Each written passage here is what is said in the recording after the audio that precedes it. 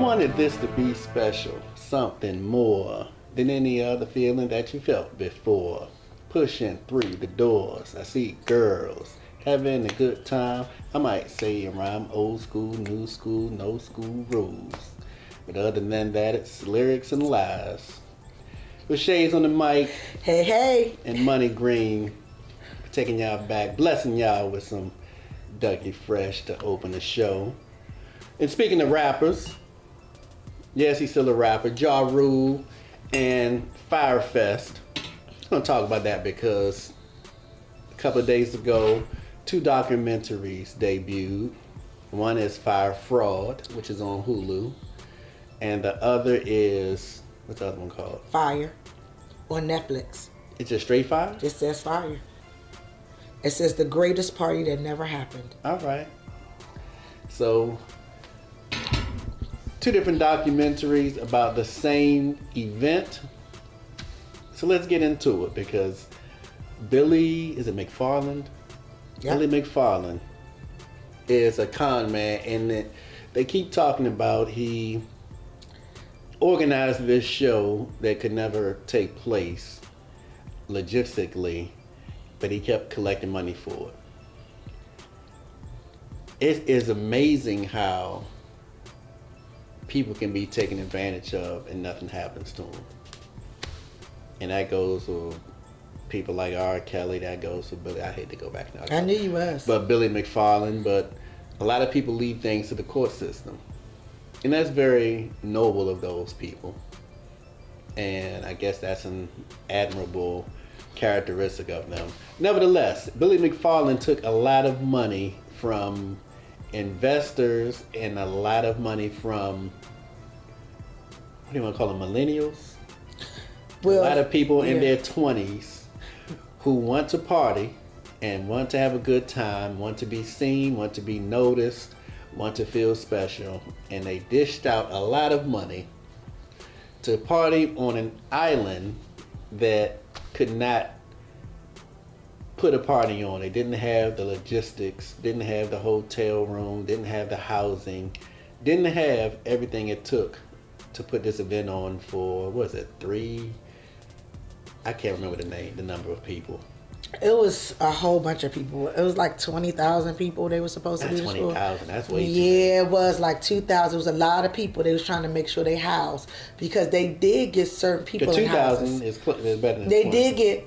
They did get people in certain housings depending on where you were on the level that you paid your money on. So a couple of people did get into some housing. A lot of money was paid. And they didn't have enough houses, of course, but they did stuff some people into a few houses that were nearby, but mostly everybody had tents available. So leading up to that, you have Billy McFarland, who is a king BSer. He's a great salesman, and at that point in the game, he was selling water to whales. He was selling fire to the devil. He was making a lot of money selling people things that really didn't add up. No, but he started with that credit card. That credit card started him off. That's right. where he started from. Magnesis. Magnesis was a card that could provide extra benefits to those who use it. Mm-hmm. But it was sort of piggybacking on other credit cards, and they couldn't quite function the way it was sold, but he BS himself to BS everybody to the point where he did get a major investor who gave him $500,000. Yeah, he had some investors, right, that trusted him. And that's why I'm glad about the Hulu documentary, because they let you know about that, because the guy who gave him the $500,000 ended up killing himself because he was a scammer too. Well, okay. He was a scammer. He ended up being a scammer as well. But he had a lot of money. So if you in the hundreds of millions of dollars and you just throw away $500 on Billy, and Billy gets that money, he just starts throwing money around, getting fancy cars, and I guess he upgraded his living quarters, and then hooked up with Jah Rule. Now Jah Rule is somebody who was just getting out of jail, Murder Inc. rapper, Used to sing all the or rap all the pop hits, and he used to sing a little bit Murder. too. And I couldn't stand Jah Rule. All that Murder Inc. stuff got on my nerves, except for a couple of Ashanti songs and all of Ashanti's curves. Other than those, everything else really bothered me about them because it seemed really fake. So Billy McFarland gets Ja Rule to come along, and he begins to sell it. So when you look at the Hulu documentary, Fyre Fraud, Ja Rule seemed like he was just there. He was just a face. Helping out.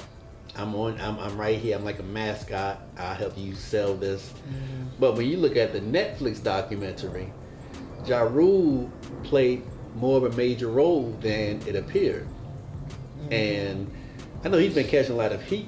He's lashed out on social media the past few days because people have been coming at him. But I don't know if he's culpable, but he damn sure was in the mix. And I don't think anybody really benefited from it except for Billy. But anybody who was a part of it, especially the main figures, yeah, they gonna catch some hell. Well, some went down because Billy made sure that Ja Rule wasn't a part of it. Because he said, whatever I did, it was on me. It had nothing else to do. It was me. So he made, I don't know what him and Ja Rule had talked about, because he said him and Ja Rule discussed something, but he had no comments about it. There were certain things on the Hulu that Billy wouldn't talk about, because a lot of questions was asked and Billy just looked at the camera like, I'm not answering those questions. So it was a lot of unanswered stuff that Billy wouldn't attest to or say anything to, or he's claimed that I can't talk about it because, that's still in the works. My lawyer still I can't talk about it. But there were some things that he could talk about. He just chose not to. Well, he didn't want to incriminate other people nor incriminate himself further, but that second documentary, the Netflix documentary, may incriminate Ja Rule just by his own words. Mm-hmm. And there's more footage than what they showed. Of course, they can't put everything into the documentary. So if they really wanted to, they can put charges on Ja Rule too. So he's pretty lucky right now, but his trust with the public is shot. I wouldn't trust Well, he's trying to get into something else. At the end of that Hulu documentary, well, that's open. He was trying to get into that business is running right now. Yeah. But which was similar to what they was doing with the Fyre Fest. Right, but get right down to it. Billy was selling a dream to people and hoping that he could fix things later.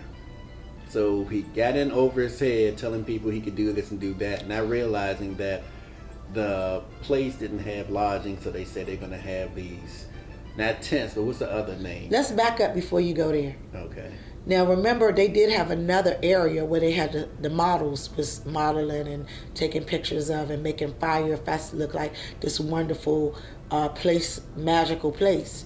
Because of he incriminated himself. Remember, they had to move from that island because he used a person's name that he wasn't supposed to use. And that's why they had to move from the nice island they were to the other island that didn't have any kind of lodging for these people. So they had to start fresh. Right, the South American drug dealer. Yeah. He asked not to be named. Who ran Medellin? No, he's been dead. No, but they didn't want him to mention that. Right, that wasn't supposed to be put in there. Now, if he wouldn't have did that, they probably would have been able to stay at the island they was at. Yes, but did they have the lodging? Remember, they also had a festival taking place or a big event with the boats. Yeah, that's true. And they with the yachts. And they said that's bigger than Christmas, so people booked those hotels and lodgings a year in advance. So either way, he was screwing everybody. And I think some of the people who knew should have put their foot down a little bit more, because they knew more about how to set up stuff than Billy did. All Billy could do was throw money that really didn't happen. They told him, and he kept brushing them off because he fired them and got new people. He had to keep the money coming in, so he's charging $300 for a ticket, $400 a ticket, $5,000 a ticket to get to this place with lodging and everything included. But they didn't even have the transportation to get people places. So they on a yellow school bus transporting people to the grounds. They really didn't have enough planes and transportation to get people on and off in, you know, a quick manner. But it's amazing how he kept going. And this basically, and I didn't hear the word used in either documentary, but this is basically a Ponzi scheme. Yeah. And he kept getting investors, knowing this event couldn't take place, and people gave him money. And then he kept selling, and then he kept putting more money into marketing, knowing daggone what, they didn't even have food to serve people. They had a cheese sandwich. They had cheese. Well, rye bread with some That was salad. rye bread. Cheese, bread, wheat bread. Cheese, bread, tomatoes, and lettuce. And a little styrofoam container, and a little bit of salad on the side, which is the same thing was on the sandwich, lettuce and the tomatoes. And that was supposed to suffice over a week, and they didn't have any entertainers because the entertainers backed out. Because entertainers had to be paid in advance. Right. And if you don't get that down payment, they ain't coming. Non-returnable, guaranteed money, then you don't leave your house if you're an entertainer. That's right. And they had Jah Rule. Well, that was the selling point for the entertainment. But he kept selling, and people kept buying. And it's interesting how some people were saying, this is not going to work, it's not going to take place. A couple of people who were watching everything and paying attention said, wait a minute, and started warning people on Twitter. Guy opened up his own website saying, this is a fraud, this cannot be possible. Yep. This entertainment, these entertainers aren't coming there, and the show continued on his plan for everybody. And I'm sure until the last minute he was collecting money. Yeah, because it was showing the countdown of the days, how many days was left. Countdown the website. So they had all-star marketing. The people he hired to market were great at what they did. Beyond that, they didn't have anything. No, they used all the people in that area to help try to put it together. The Bohemians put it together. He still owed them workers $1.1 million because they did not pay. Goodness. You know, because remember, every day he was like, "We need more people. We need more people. We need more people." And but people couldn't help. Yeah, they helped as much as they could. And the lady who I don't remember her name, the lady who ran the stuff on the aisle, she had to give money out of her own savings. She used her savings to pay because she was the one supplying food. Yeah. So she was paying her workers at the end when she wasn't paid. She paid her workers from her savings, but she had the only happy ending because that money was given back. She did a GoFundMe or something like that, and she ended up getting paid more than what she put out. So she's cool. All those other workers on the island, you said $1.2 million, and oh my goodness, they really came out on the short end. And speaking of short and ends, the guy, the gay man who Billy. I know where you're going to go. The water for the event was held at customs because you had to get taxed on everything. When you take something to another island, you have a major shipment, be it water, be it socks, be it whatever. You had to pay up. You had to pay the piper. So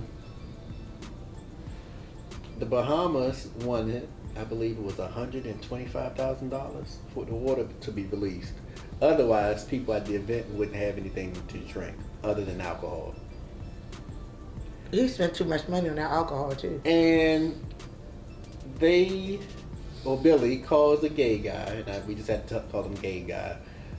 I don't know his real name. We call him Gary. I thought it was Andy. Call him Gary. You said Andy? We call him Andy. Calls Andy and says, we need you to take one for the team. We need you to go give a blowjob to the guy at customs, and he'll release the water if you do that. Now, that is not an even trade. And so they would truly be getting over, but Billy would be getting over. The Bahamas would be releasing that and scratching off $125,000 or $175,000, whichever it is. over sex. And that seems horrible. What do you think? Talk to me. But what was more horrible is he went home and brushed his teeth and mouthwash and was going to get ready to do that. But that was etiquette. I wish more women did that. But oh, first of all, I can't believe I know that he felt. I shouldn't smack you for that. Anyway, he believed in business. He even swallowed some mouthwash. He was prepared to go there and take one for the I couldn't believe he was going to really do that. I mean, Billy really had these people mesmerized to do this stuff. He was really contemplating on doing this for Billy. He agreed to do it. Yeah, but still. It's beyond contemplation. Yes, but you would do it. Why? Yes, he went there to do it. Oh my gosh. And when he got there, it turns out that the guy talked to him and they worked it out verbally. But if the guy wasn't prepared to talk, it would have just taken place. Mm-hmm. And that is wild because, I don't know, that raises a very interesting point. Because we all have morals. And we like to say we wouldn't do this and we wouldn't do that, and I cross the line here. But on the other side, we hear people always say everyone has a price. And I've said some things on previous shows about hooking up with a couple of entertainers. And I don't want to put you in this scenario, but what if you were able to pay off your house with one act of oral sex on a person who was free of any STDs and there's no video camera around? And this person would, we'll say, give you the balance on your house, or press a button down at the bank and your entire mortgage is wiped clean. And this goes for people who are listening, all 15 of our listeners.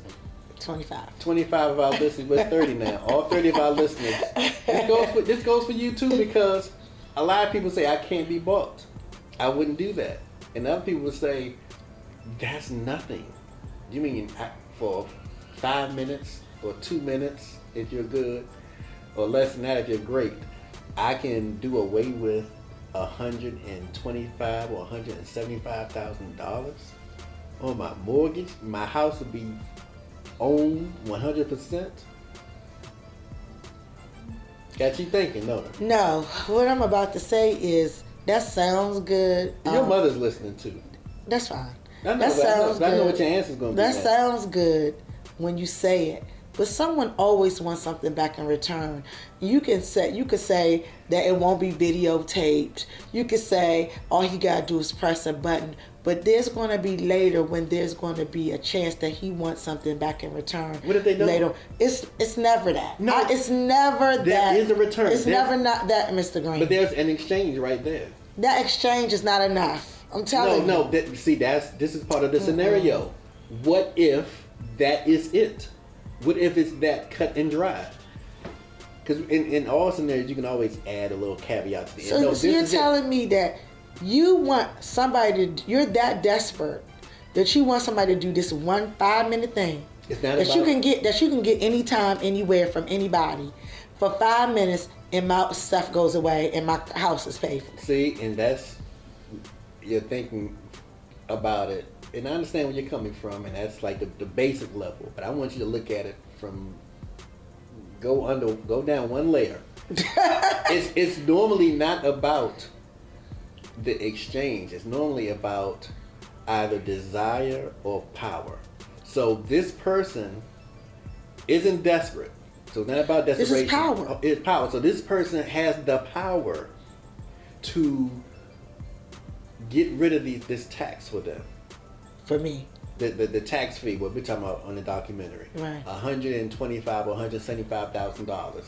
He has the power. No, I can't release this water to you.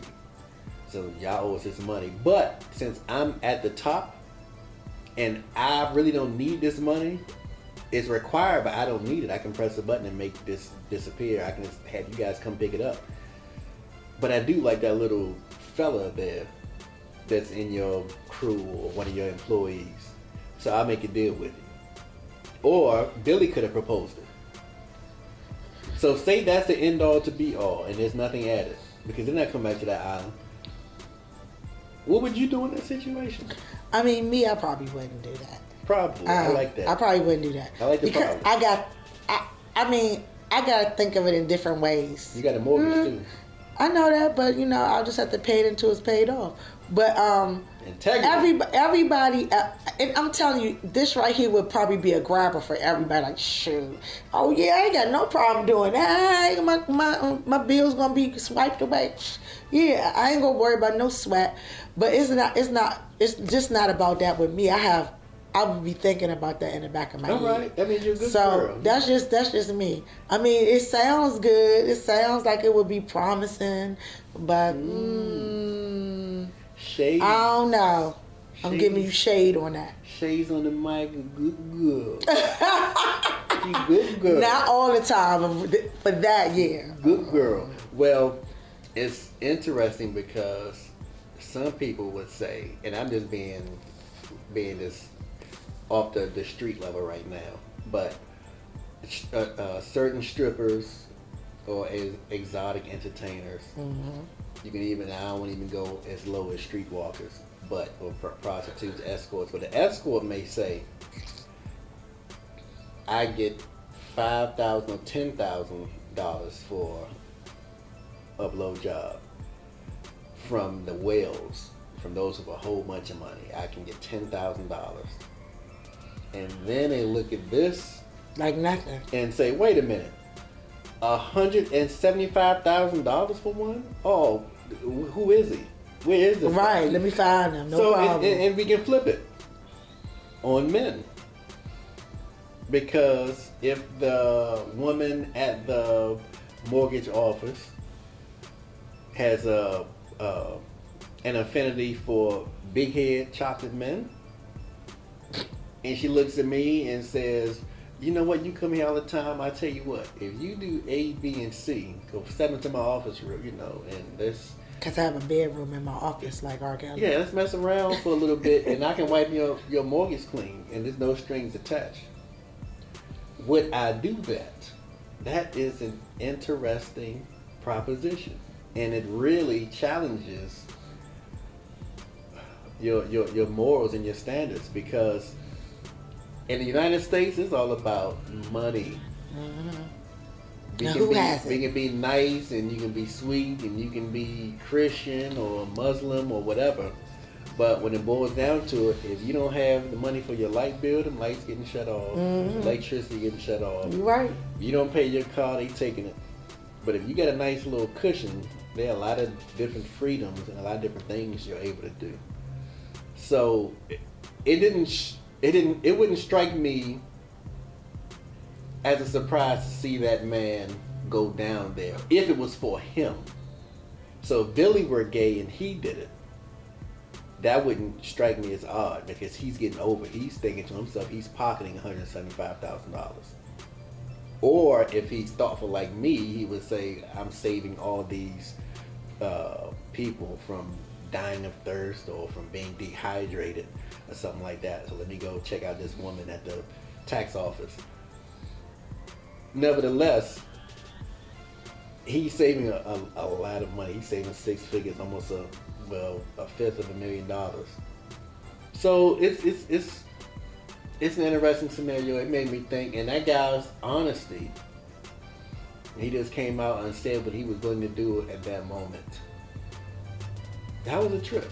Yeah, it was. That was a trip. I was surprised he was going to tell the story, but he did. So he told it. He told it. So it stormed. There were little. They had FEMA tents out there. People came. Jah Rule wasn't anywhere to be found. Billy came in and said, everybody go grab a tent, like they were camping.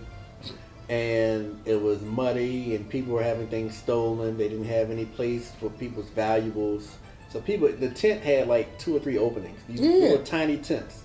Nothing like And 2 phone beds in there. And nothing like in the those phone beds. Yeah, they were like blow up beds or foam some kind of beds. Yeah, nothing like was advertised. I forgot the name of the thing, the little bungalow type things. I can't. The bungalows that they said they was gonna That's have. what they call it, bungalows. That's Yeah. what we're talking about. Yes, and so Billy ends up in jail. Jah Rule walks free. I think a couple other people. I think Grant or another guy. They ended up. Well, Grant, I thought he fired Grant anyway. Yeah, but I think At the end. Billy and Grant were the ones that were really being aimed at Right. by the FBI. I can't quite recall what happened to Grant, but Grant was in that lawsuit. right, he was definitely in the lawsuit, and he probably had some money he has to pay back. And I know he's thinking, "Hey, I wish I had that $175,000." But it wasn't for the cash; it was the cut of Yeah. bill. But to take it a step further, because they trusted these people, and I understand why Billy didn't get beat up, because all those people were people with a lot of money. Those millennials had money to burn, evidently. But everybody trusted this guy, and you look at this, and let's talk about skin for a moment, because Sinbad would have never done this on his getaway at his jazz festival on the island. Sinbad would have never did this to those millennials. Matter of fact, another black man, Steve Mustache Harvey, he never did this on his festivals. As a matter of fact, what did he have, a cruise? Yep. Somewhere. St. Croix. Steve Harvey wouldn't do this to them people. Who else has a... Tom Joyner doesn't. Tom Joyner does a major cruise, but Sinbad, they were on the island. They went down to the island, but they wouldn't do this kind of stuff. So when y'all start thinking about going to these festivals, unless it's Coachella, y'all better make sure it's a black organizer. See, they was trying to make it bigger than Coachella. They wanted this big thing. But my thing, I just want to say this, when they was driving up with the yellow bus and they still saw these trucks sitting there, the stuff still hadn't got set up. They still hadn't got the park together, the buildings and all the things that they wanted to set up still was just laying around. Things were still on pallets. Amazon boxes still stacked up. Still on pallets. No check-in. The check-in booth was a little wooden box. That's why I say the black man wouldn't have done that. No. So if it's not a black man, now the black man's name cannot be Jah Rule. So you can trust or Sinbad, Murder Inc. or Murder. You can trust Sinbad, Steve Harvey, and Tom Joyner. My boy Mike Jones from MD Ski Express. We do these major ski excursions. Oh yeah, I seen them on Facebook. Up in the Catskills with about 3,000 people. So the same amount of people on this daggone Fyre festival, and we used to have all types of great entertainment. And but their advertisement for this was off the chain. I mean, the way they advertised it with the models and the women jumping in the water and how they had it, the execution just was terrible. But how they had it set up with the orange tile was the way for you to get in and get access and be on the VIP, and you know how they spent all this money on advertising and marketing this thing, that you would believe that you was going to get this kind of excitement when you went down there. Mm-hmm. They really did it up.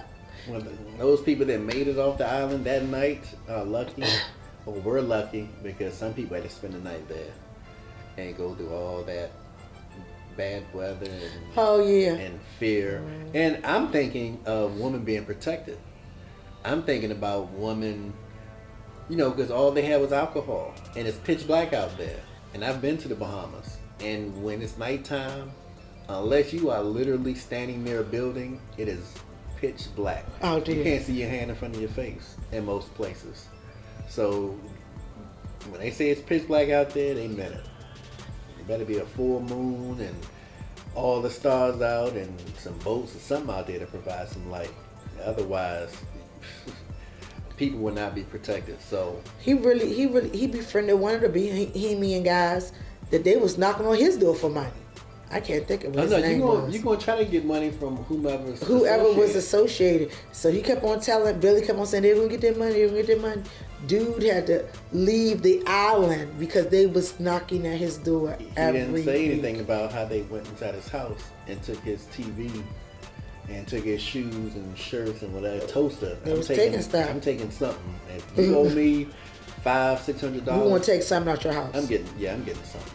I'm gonna have a nice little area in my home with the $80 I took in your house. You need some type of compensation. Yeah, they was taking It's called Fyre Fraud on Hulu and Fyre. The Festival That Never Was. It never happened. The Festival That Never Happened on Netflix. So if you get the opportunity, check it out. One or both of them out. And but Billy is in jail for 6 years. Yes. He had a 6-year sentence. And one last thing, Billy has some money. Yeah, because when he got out the first time, when he was out on bond, you saw the house? Yeah, Billy never. Apartment he had? Billy never. He was in a high rise, but Billy hasn't worked a day in his life. But he has some money, so he didn't. All that money that was coming in is not balanced by what was marketed and advertised and that little bit of transportation and stuff. Billy put some money away, so when he gets out in 5 years or 4 years, he's gonna have a couple of dollars. Well, what got me is Billy, even during the time he was on probation, was trying to do something else. The VIP, the New York VIP at Access, where he used that guy Frank Tiplet to help those people out. You know, those people who he sold the Fyre Festival to. He's trying to sell tickets to them, like Beyonce tickets and certain things. So he still was trying to work. VIP tickets to the Grammys. Yeah, I think he was still working or something, and people were still paying. So he's still making money. Yeah, but somebody found out that it was him using somebody else's name. Yeah, but it was and too late. It was on top of that too, because he made probably $100,000 or more defrauding those people. Yeah. And now he's in jail teaching. What he's doing music. I don't know, but showing I know them a skill in music. He's in there regrouping and coming out with a better scam. Yeah, that's what he's gonna do. And a new nickname. Plus, and plus too, he ain't doing no hard time. he's cushioned. He ain't doing no hard time like that. So. Well, that is it for us, Lyrics and Lies, Fyre Fraud episode. Make sure you check out both of them, one on Netflix and one on Hulu. And this is Shayz on the mic, and we out.